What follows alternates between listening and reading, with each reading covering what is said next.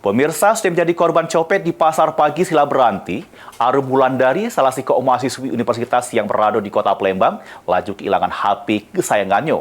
Atas kejadian tersebut, korban direwangi kawannya, datangi Polrestabes Palembang, bikin laporan polisi.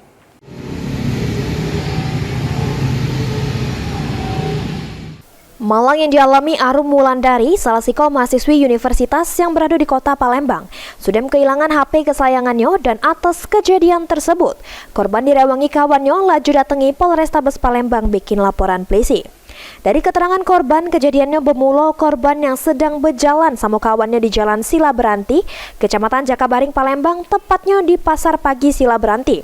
Korban dewek sama kawannya sedang nak belanja sayuran di lokasi kejadian. Pas korban lagi nyari sayur, terus nak ngambil HP di jero kantong celananya dan ndak taunya HP korban sudah melengit. Korban sempat nanya sama kawannya, cuma kawannya ngomong ke ada pengamen yang mepet korban.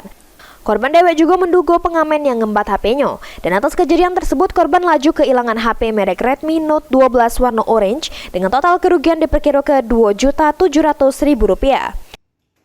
Melapor pencopetan di Pasar Pagi.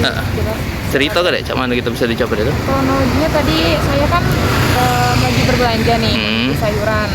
Lalu saat keadaan lengah, saya itu keadaan pasarnya juga rame.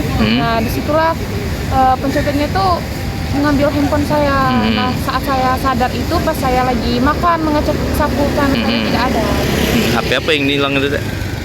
Redmi Note 12. Pas kita itu tanya sama kawan, enggak terjenguk enggak kawan gitu?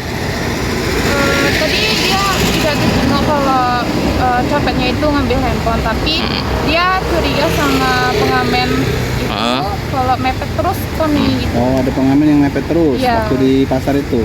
Orang berapa pengamen itu, Dek? Tadi kalau di pasarnya ada 4 yang mepet kita. Tapi kalau yang mepet tuh cuma satu ya. Nah, ini laporan korban sudah diterima pihak kepolisian dan bakal ditindaklanjut oleh petugas Satreskrim Polrestabes Palembang.